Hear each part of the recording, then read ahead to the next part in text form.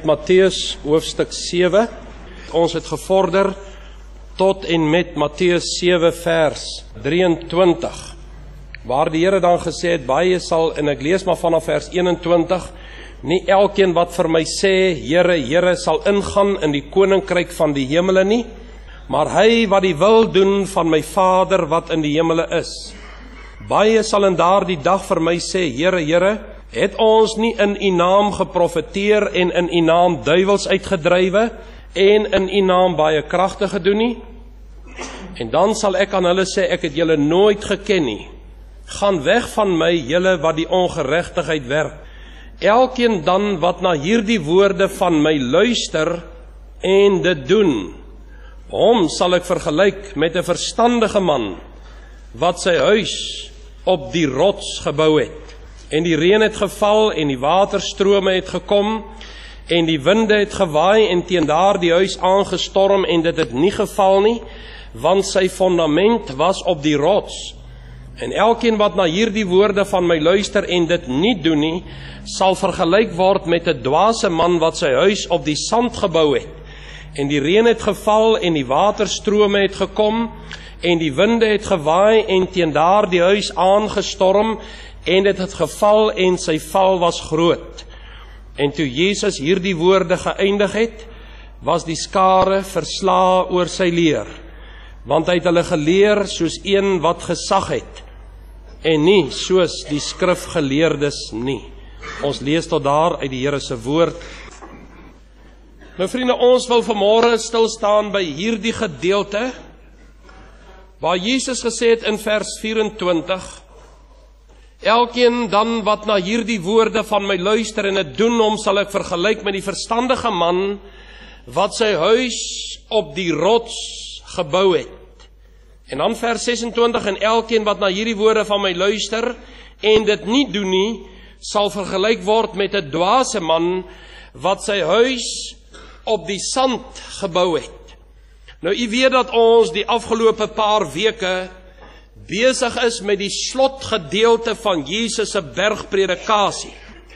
U sal onthou dat ons vir u uitgewys het dat 'n boodskap werk altyd op na 'n klimaks, en dan word daar op mense se wil, word daar 'n appel gemaak dat hy 'n oorgawe of 'n keuse dan sal maak. En hier sien ons, is die Here Jesus dan in hierdie fase van sy boodskap, waar hy sy hoorders baie duidelik in 2 kategorieë kom opdeel, en vir ons wys dat hier 2 groepe mense is wat na sy woord luister.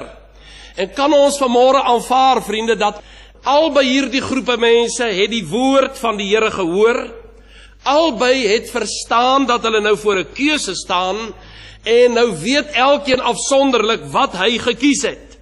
Ons het ook gesien dat die Here hier die feit dat daar 2 poorte is, baie sterk beklemtoon het, die nou poort en die breë poort.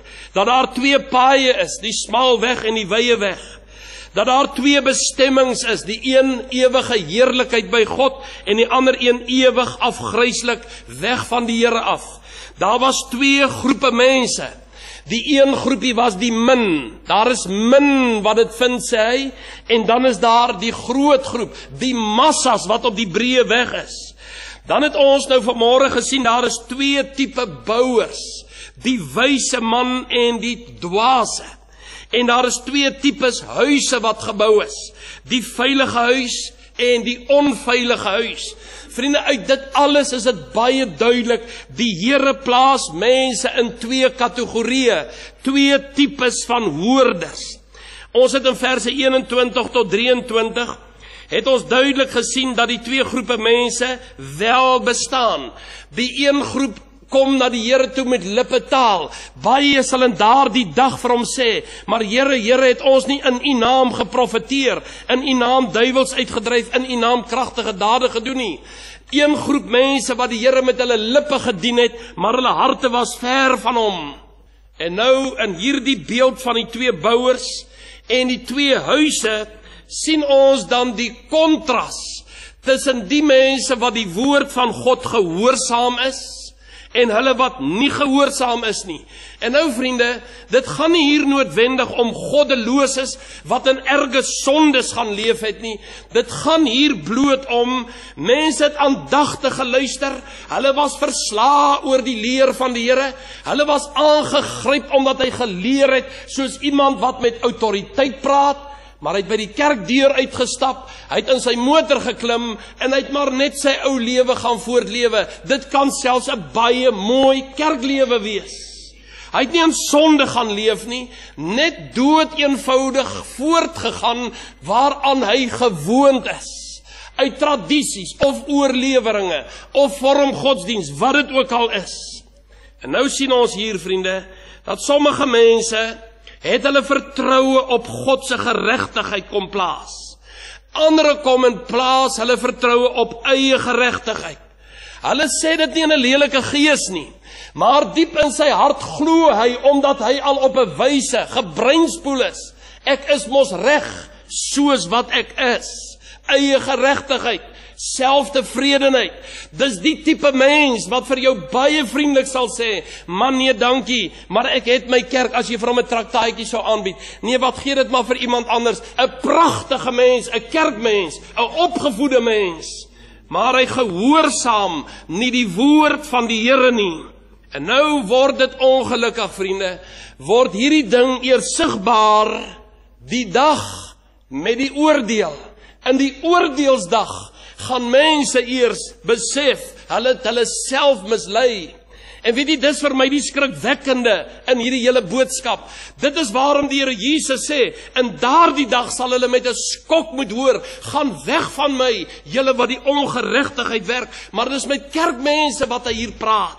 Vriende, daarom, en dis my bede dat die Heilige Gees dit vanmôre in u hart sal kom afdruk, naamlik dat kennis van die woord van God is nie voldoende nie.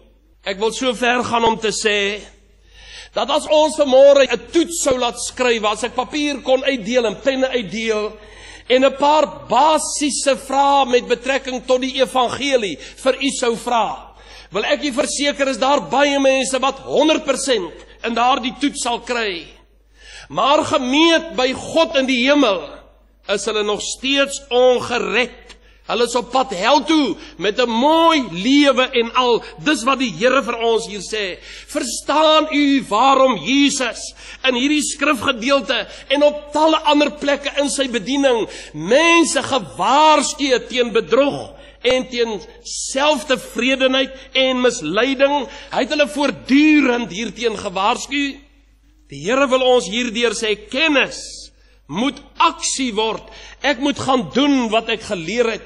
Ek wil vir u lees wat sê Jakobus 1 vers 21 vir ons. Daarom doen afstand van alle vuiligheid en oorvloed van boosheid, en hoor nou, ontvang met sagmoedigheid die ingeplante woord wat in staat is om julle siele te red, en word daders van die woord en nie hoorders wat hulle self bedrieg nie. Want as iemand 'n hoorder van die woord is en nie 'n dader nie, die is soos 'n man wat sy natuurlike gesig in 'n spieël sien, want hy sien homself en hy gaan weg en hy vergeet dadelik hoe hy gelyk het. Vriende, in hierdie boodskap wil die Here vir ons kom wys, teorie moet praktyk word. Ek moet 'n dader van God se woord word. Teologie, hoe mooi dit ook al is, moet 'n lewe word, 'n leefwyse.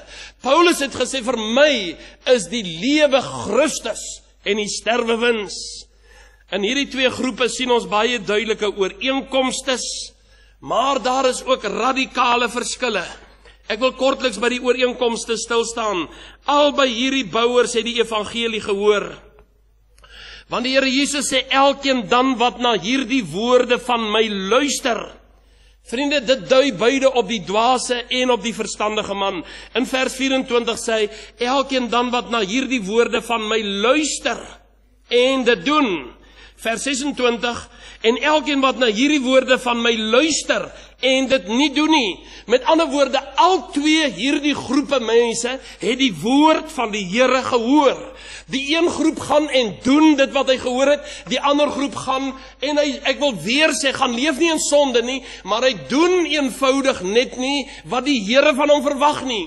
Hy gaan nie op sy knie en bely sy sonde, nooi Jesus in sy lewe in en maak sy lewe met God reg nie.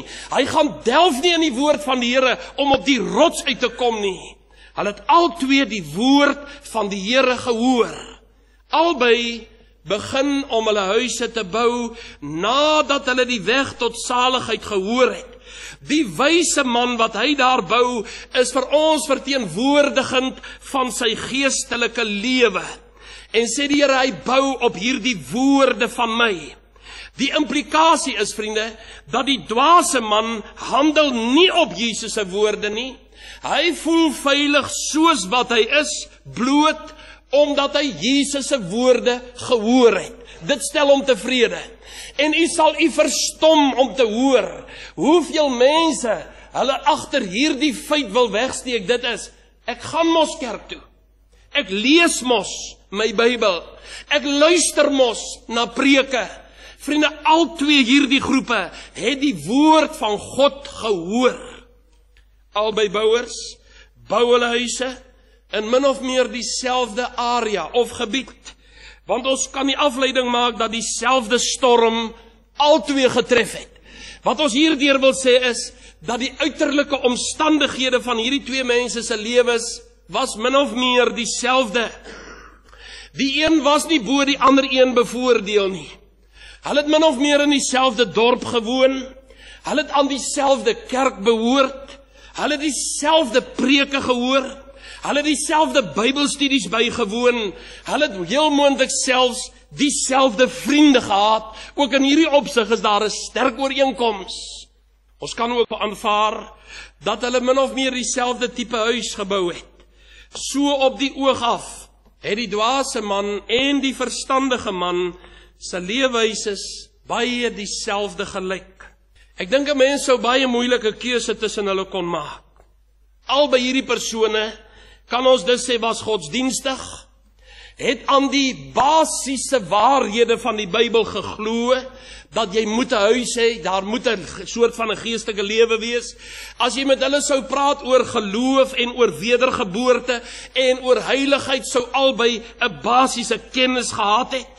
Albei dien in dieselfde kerk, albei gee vir die kerk, albei is eerbare burgers van die gemeenskap. Ons sien albei hierdie manne het ook volhard in hulle bouery. Jy moet nou nie dink hulle het met 'n vaart weggespring en albei het so 'n end gevorder en toe die een nou maar sommer net tou opgegooi en opgehou nie. Nee, albei se huise het voltooiing bereik, is met groot sorg afgerond, is uiteindelik mooi versier en gemeubileer. En as jy na hierdie twee huise sou kyk, sou jy baie moeilik 'n keuse kon maak. Dit het alles presies dieselfde gelyk. En vriende, op die oog af, as jy mense nou geestelik moet beoordeel, wil ek vir u sê, uiterlik gesien, dan lyk dit pragtig. Maar die vraag is weer, hoe lyk dit daar waar niemand kan sien nie, daar waar die fondament moet wees? Die verskille tussen hierdie twee bouers, jy weet tot op hierdie punt is daar 'n algehele ooreenkoms. Maar tog is hier 'n verskil tussen hierdie twee bouers en die twee huise wat uiteindelik tot stand gekom het. En die tragedie is, die verskille is nie opsigtelik nie. Jy kon dit nie van buite sien nie. En dit is hier waar die bedrog dan lê. Dat mense lewe maar voort, 'n pragtige lewe, maar wanneer die toets in die oordeelsdag gaan kom, in 'n oomblik wanneer dit te laat is, gaan mense met 'n skok ontdek, ek het myself mislei. Die een het gehandel op God se woord, hy het gaan doen in geloofsgehoorsaamheid wat die Here gevra het. Die ander een het ook gehandel op God se woord, maar in ongehoorsaamheid. Hy het voortgegaan in sy ou tradisies. Die een bou op God se spesifikasies. Die ander een gaan en hy bou op sy eie spesifikasies. Dit wat oupa my geleer het. En dit wat ouma my geleer het, dit gaan vir my om, wat het oupa vir jou geleer, waarin lê jou sieleheil? Ons hou vas aan oorgelewerde tradisies. Dit is wat Jesus die kerkmense van destyds verwyd het. Julle maak die beker buitekant skoon, maar binnekant is dit vol roof. En dis presies wat hier vir ons deurkom.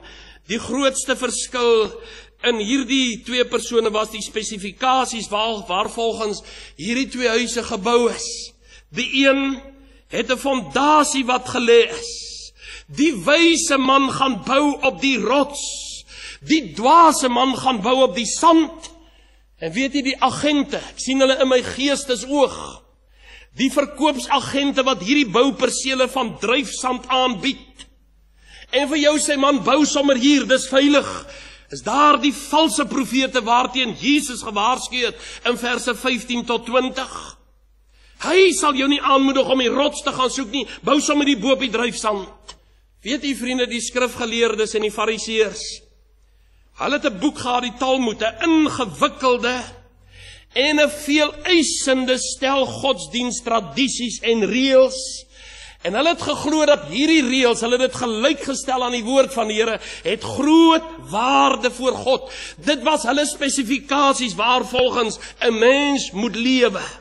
Maar weet jy, al daardie tradisies en al die mooi uiterlike kunsmatige dinge waaraan u vanmôre vashou, as jy nog nie op die rots is nie. Vriende, daardie goed het geen geestelike of morele substansie nie. Dit kan nie vir jou stabiliteit bring nie, want dit is dryfsand. Dis gebou op eie opinies, op spekulasies, op mense se standaarde, dit wat ek in 'n huis gehoor het, wat los staan van God se woord. Daarteenoor die gehoorsaamheid aan God se woord en die geestelike toewyding in my toewyding aan die Here en my algemene optrede, daarvan weet hierdie mense helaas maar min. Weet jy, hulle is meer begaan oor hoe sien mense my. Hulle is daaroor begaan. Hoe gaan my huis uiteindelik lyk? Dit gaan nie om daar waar mense nie kan sien nie, maar wat mense van my sien daar in die publiek. Daaroor is hierdie dwaas wat op die sand bou baie begaan. Die oorheersende begeerte by hierdie mense is om deur ander mense gesien en geëer te word. Jesus het van hulle gepraat in Matteus 6 vers 2. Wanneer jy dan liefdadigheid bewys, moenie trompet voor jou blaas soos die geveinstes in die sinagoges en op die strate doen, dat hulle deur die mense geëer kan word nie. Dit gaan vir mense, baie mense wat dink hulle is kinders van die Here, dit gaan vir hulle primêr om, wat dink mense van my? Wat sal mense van my sê en dink, as ek sou erken, ek ken God nie, ek is maar net 'n mooi weers Christen, ek is maar 'n naam Christen, maar ek is nie waaragtig weergebore en op die rots nie. Hierdie klas mens bring sy liggaam kerk toe, maar sy siel los hy by die huis, want hulle doen lippediens, baie naam Christene. Weet jy, hulle sal nie in opstande deelneem en in betogings in winkels gaan stik en trap en beroof nie. Maar weet jy, sonder om 'n oog te knip, beroof hulle 'n buurman van sy goeie naam deur te skinder. Dit pla hom nie. Hulle is meer begaan oor mense wette as oor God se bevel. Hierdie huis sonder die fondament laat my dink aan kitsbekerings. Waarskynlik is daar magnifieke vordering, want daar is geen struikelblokke nie. Weet jy, ek sien in my geestesoog hoe hierdie man wat op die sand bou, hoe dat hy vinnig wegspring, toe hierdie ander ou nog rondsukkel en soek om by die rots uit te kom, toe is hierdie man al dakhoogte gebou, en kan hy so met 'n tikkie meerderwaardigheid uitkyk, is jy nou eers daar? Ons kry ook hulle helaas, kerkmense met 'n kitsbekering, wat baie vinnig kan vinger wys, en die kant toe 'n klap uitdeel, en die kant toe hoogwaardig wees, ensovoorts. Maar is hulle waaragtig op die rots gebou?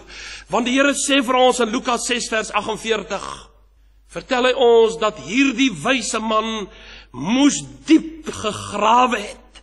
Weet jy, dit spreek vir my van 'n tyd van worsteling, wat daar deur gemaak moes word. Ek moet op die rots uitkom, en dit is vir my daar die siel, wat na God begin soek, na sonde oortuiging. Ja, hy kom, hoeveel male kom hy terug, om raad te kom vra, om rigting te kom vra, want hy is by hom is daar, hierdie gedetermineerdheid. Ek wil op die rots wees. Vriende, om op die rots te bou, is om God se woord gehoorsaam te wees. Jy weet, na Petrus se belydenis, toe hy gesê het, U is die Christus, die Seun van die lewende God, daar in Matteus 16, vers 16 tot 18. Toe antwoord Jesus hom, vlees en bloed het dit nie aan jou geopenbaar nie, maar my Vader wat in die hemele is. En ek sê vir jou, jy is Petrus, en op hierdie rots, Petra, die oorspronklike woord, op hierdie rots, nou dis nie op Petrus wat die Here sy kerk bou nie, maar op hierdie belydenis, hierdie waarheid van God se woord, wat Petrus daar met sy mond uit sy hart bely het. En hierdie woord Petra is presies dieselfde woord in Matteus 7 vers 24. Daar die belydenis dat Jesus God is en dat hy Heer van my lewe is. Dit is die enigste rots waarop u geestelik kan bou en geestelik dan seker kan wees. Jy weet, die waarmerk van die ware disipel is nie dat hy nou maar net bloot hoor en glo nie. Want jy moet onthou, vriende, daar's baie mense, jy weet, hulle hoor die woord en hulle sê nie, ek glo wat daar gesê is.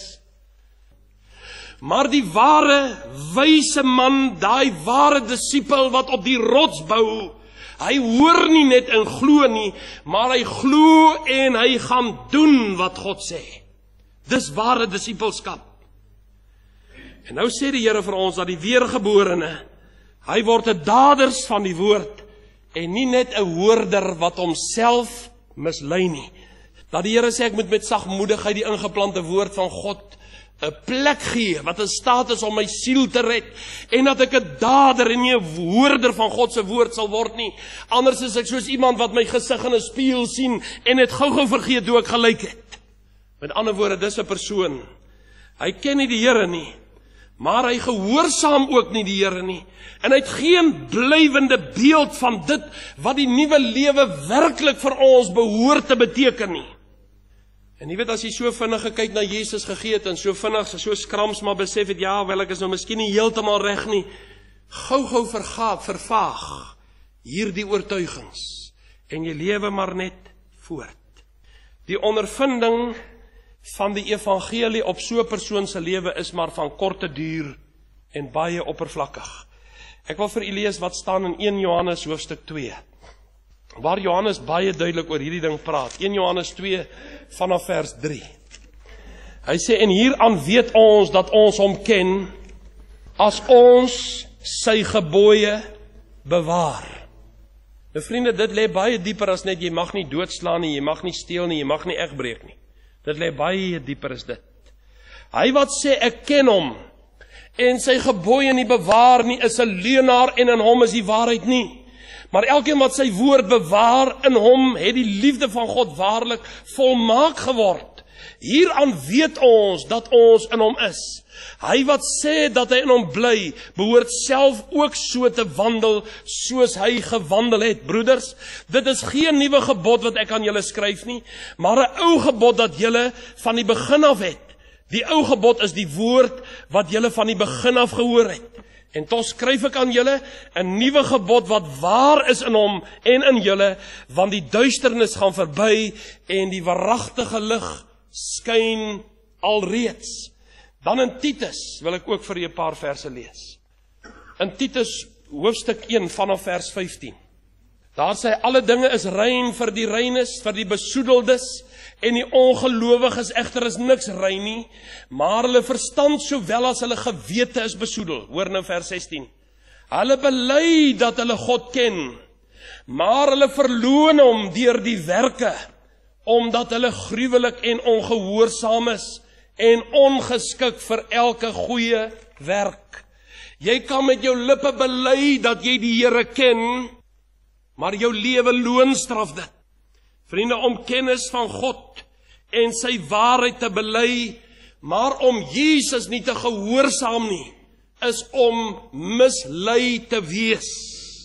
Jy is die breë poort in. Jy bewandel die wye pad. Jou bestemming is die ewige verdoemenis.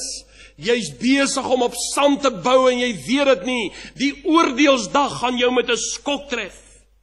Die enigste geldige verklaring wat ons kan hê met betrekking tot ons redding, is 'n lewe van gehoorsaamheid aan die Here Jesus, aan die standaard van sy woord. Jesus is Heer van my lewe. Hy is die koning van my hart. Ek het hom gekroon as heerser van my lewe. Ek wil vir u sê, vriende, wanneer dit nie daar is nie, dan is daar ook nie die vrug wat by die bekering pas nie. En dan het jy nie die invluistering van die Heilige Gees, dat jy waaragtig weergebore is nie. Die huis wat op die rots gebou is die lewe van gehoorsaamheid. Dis daar die lewe wat Jesus vir ons probeer verduidelik het in die bergpredikasie. 'n lewe wat vanuit die skrif geleef word. 'n lewe wat 'n Bybelse siening oor die wêreld het. Wat weet dat 'n kind van God moet uit die wêreld uitbeweeg. 'n lewe wat besef wat God wil hê. 'n lewe wat kom en wat ingestel is op innerlike geregtigheid eerder as uiterlike vorm. Ek wil weer sê, hierdie mense wat op die sand bou, hy's meer begaan oor die uiterlike. Wat gaan mense van my sê? Wat gaan my dominee van my sê? Wat sal my kollegas van my sê? Ek is skaam om die Here nie openbaar te bely, want wat sal mense dink? 'n lewe wat 'n goddelike houding het teenoor dit wat gesê word, teenoor dit wat gedoen word, teenoor die motiewe wat ek in my hart koester, teenoor dinge waarmee ek elke dag te doen kry, ook met betrekking tot geld en met ander mense. Dis 'n lewe van egtheid, eerder as skynheiligheid. Van God se geregtigheid, eerder as eie geregtigheid. Vriende, daardie huis wat op die rots gebou is 'n huis wat homself ontledig het van eie geregtigheid en trots en selfregverdiging. Daardie mense wat so maklik sê, my lewe is reg. En hulle soms bitsig, vriende, omdat mense wat op die sand bou, hou nie daarvan om herinner te word aan 'n fondasie nie. Hy word kwaad. As jy by hom sou navraag doen, op grond waarvan sê jy, is jy op pad hemel toe? Dan word hulle geïrriteerd. Hy wil nie herinner word daaraan. Jy het te haastig weggespring. Jy was nooit op die rots, jy het nooit 'n fondasie nie. Hierdie bouer bou nie sy lewe op dit wat die Here vir ons in sy woord beskryf nie, maar hy plaas sy hoop op godsdienstige seremonies. Die Here sê nie, ek moet my daarop bou nie, maar ek moet op die woord van God en op dit alleen moet ek my geestelike lewe kom bou. Die sand bestaan uit mense opinies, mense houdings, mense se wil, en weet jy, dit beweeg en dit skuif en dit verander en dit is totaal onstabiel. Jy kan nooit vastigheid op so 'n manier kry nie. Op sand, vriende, is jy gebou op jou eie wil, op dit wat jy dink, op jou eie doel, dit wat jy wil bereik, op jou eie selfvoldaanheid, selftevredenheid en uiteindelik selfbedrog. Jy het nooit by God uitgekom nie. Dis hulle wat op sand bou, wat 'n onleerbare gees het. Die Here sê in 2 Timoteus 3 vers 7, hy wat altyd leer en nooit tot die kennis van die waarheid kom nie. Vriende, om op die sand te bou, is om die volmaakte misleiding van die Satan na te volg. Dis hy wat jou laat glo dat jy gered is. Dis hy wat jou laat glo dat jy reg is soos wat jy is. Jy lyk dan soos die ander mense. Jy sing saam, jy bid saam, jy doen saam. Maar jy's nie op die rots nie. Is hy wat jou laat glo dat jy gered is en dat jy op pad is hemel toe. Die duiwel wat jou mislei, jy staan op die sand. En weet jy, omdat jy onder die waan verkeer dat jy veilig is, sien jy ook nie rede waarom jy nou moet gaan iets verander nie. waarom jy die Satan moet weerstaan, waarom jy God in sy woord moet gaan soek nie. Jy kan nie rede sien nie, want ek het mos 'n huisie. Vriende, die mens wat op die sand bou, het ek reeds genoem, hou nie daarvan, om herinner te word aan die fondasie nie. Hy raak geïrriteerd. As jy vir hom vra, sê vir my, op grond waarvan sê jy, gaan jy hemel toe? Vriende, is daar irritasie te bespeur. En weet jy, boonbehalwe hierdie groot verskil wat daar is tussen hierdie fondasies wat gelê is, bou die wyse man sy huis op die harde manier. Vriende, ek sal vir u sê, dit kos iets om by God uit te kom en op die fondasie te kom. Dit vat soms dae en weke, en in gevalle selfs maande, se diepe worsteling voor God, voordat die lig vir my deurbreek. Gaan vra maar enige bouer wat weet. Vriende, om die fondasies te grawe en te lê, dis die hardste werk, die fondasiedeel van 'n gebou. Want om op die sand te bou, is maklik. Dis hierdie lekker maklike manier. 'n Dwaas is altyd haastig as dit by die geestelike dinge kom. Sy eerste begeerte is om homself te behaag. Hy vat die kortste pad. Die in geestelike werk soek die dwaas altyd vinnige en maklike oplossings. Die pad wat die minste weerstand bied. Dit maak nie saak of dit lynreg in botsing staan met dit wat God se woord vir ons sê nie, solank ek daardeur gevril kan word. Jy het nooit by 'n sielsdeursoekende, sonde oortuiging uitgekom nie. Die geestelike dwaas verkies die maklike weg omdat hy nie eg is nie. Hy soek die aangename, maar jou hart is onaangeroer. Dit gaan vir hom om dit wat ek kan geniet eerder as oor die waarheid. Dit gaan vir hom eerder om homself tevrede gestel te kry as om God tevrede te stel. Dit gaan vir hom eerder om kitsresultate en kitsplesier en kitsbeloning as om diep te gaan delf in God se woord. Dit gaan vir hulle eerder om geestelike hoogtepunte as om in geestelike dieptes belang te stel. Ek kan baie hieroor praat, jy weet, as ek dink aan 'n persoon wat een keer vir my gesê het, jy weet hoe om nie. Ek het vir jare maar so bolangs rondgekrabbel en bolangs rondgekrab, totdat God vir my kom wys het, waar water diep loop. Daar's aanbidding, daar is toewyding. En in hierdie gelykenis, jy weet ook in die gelykenis van die saaier, praat Jesus van hierdie persoon, wat so vinnig, hulle is vinnig uit die merk. In Matteus 13 lees ons daarvan, vers 20. Hy sê, en hy by wie op die rotsagtige plekke gesaai is die wat die woord hoor en dit dadelik met blydskap aanneem, maar hy het geen wortel in homself nie. Hy is net vir 'n tyd, en as daar verdrukking en vervolging kom, terwille van die woord, struikel hy dadelik. Hy neem die Here sommer so maklik aan, maar net so maklik verdwyn hy weer. Hulle bou op God se beloftes, maar die oomblik as die Here se eise gestel word, dan stel ons nie meer belang nie. En jy weet hoe die Here Jesus mense voor 'n keuse gestel het. Toe was daar 'n klomp wat onmiddellik gesê het, Here, ons gaan u volg net waar u gaan. En toe hy vir hulle begin vertel, maar goed, ek is bly julle wil my volg, maar julle moet nou een ding onthou, die jakkals het gate en die voëls van die hemel het neste, maar die wat my volg gaan nie eens 'n plek hê om sy hoof neer te lê nie. Toe onthou die meeste van hulle, baie van hulle, toe skielik, nee, maar hoorie, ek het nog 'n pa om te begrawe, jy weet, en ek moet daarom nou eers terug gaan huis toe, dat ek dan my erfporsie kan in besit neem en so aan, en daarom sê Jesus, hy wat sy hand aan die ploeg slaan en terugkyk, is my nie waardig nie. Lukas 9 vers 57 en verder. Die slotgedagte is die reën, die vloede en die wind het gekom. Dit is vir my maar net 'n opsomming van God se finale oordeel. Hierdie eienaar van hierdie huis op sand, hy het nie besef nie. Hy het vol vertroue het hy die storm ingewag. En weet jy, daardie fondasie, vriende, dit is vir my die skrikwekkende. Waar niemand kan sien nie, selfs nie jou ouers kan daar sien nie. Jou man, jou vrou kan nie daar sien nie. Daar die fondasie, daar waar niemand kan sien nie, gaan eendag getoets word in die oordeelsdag. Dan gaan God die kaf van die koring skei. Daar sal die skape van die bokke geskei word, die egtes van die valses, die wyses van die dwaases, die wat gered is en hulle wat nie gered is nie.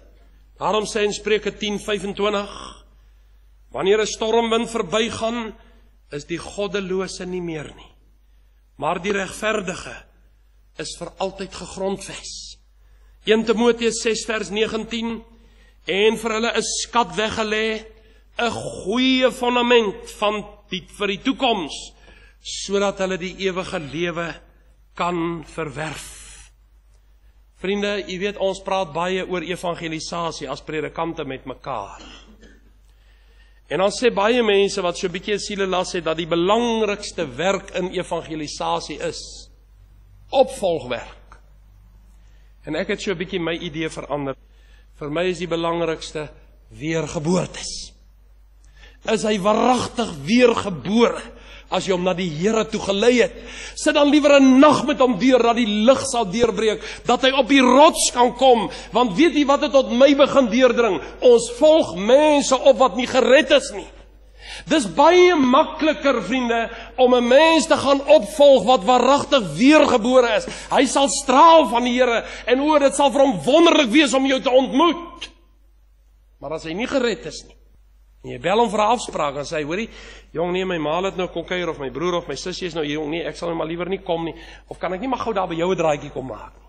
Skaam, want hy's nie op die rots nie.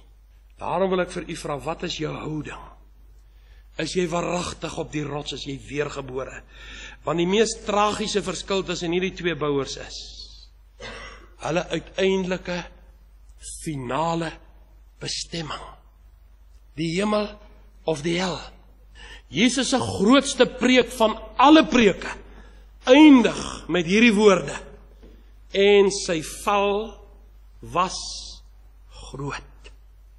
O, dis verskriklik om te dink, in die oordeelsdag moet jy die mond van die Here hoor, gaan weg van my, jou vervloekte.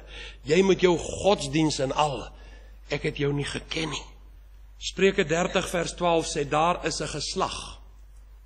Eintlik kan dit vertaal word, daar is 'n groep, of daar's 'n tipe mens. Hoor mooi, en vra God of dit jy is. Daar is 'n tipe mens, wat rein is in sy eie oë, en tog van die vuilheid van sy sonde nie gewas is nie. Jy dink jy's reg, maar God sê daar's nog nooit gehandel met jou sonde nie. Jy's of op die rots, Jesus, of jy's op die dryfsand van tradisies. Jy's of op die rots, Jesus, of jy's op die dryfsand van kerklidmaatskap. Jy dalk by die kerk aangesluit, maar jy het nog nooit waaragtig by die Here uitgekom nie. Maar ek wil vir u vra wat op die sand bou, wat deur die duiwel mislei is. Sien u waaragtig kans en verder op die sand te gaan bou. Mag die Here u vanmôre in u spore hier stuit. Die Here help u. Amen. Kom ons buig ons hoofde. Here, ons wil u vanmôre weer uit ons harte kom dank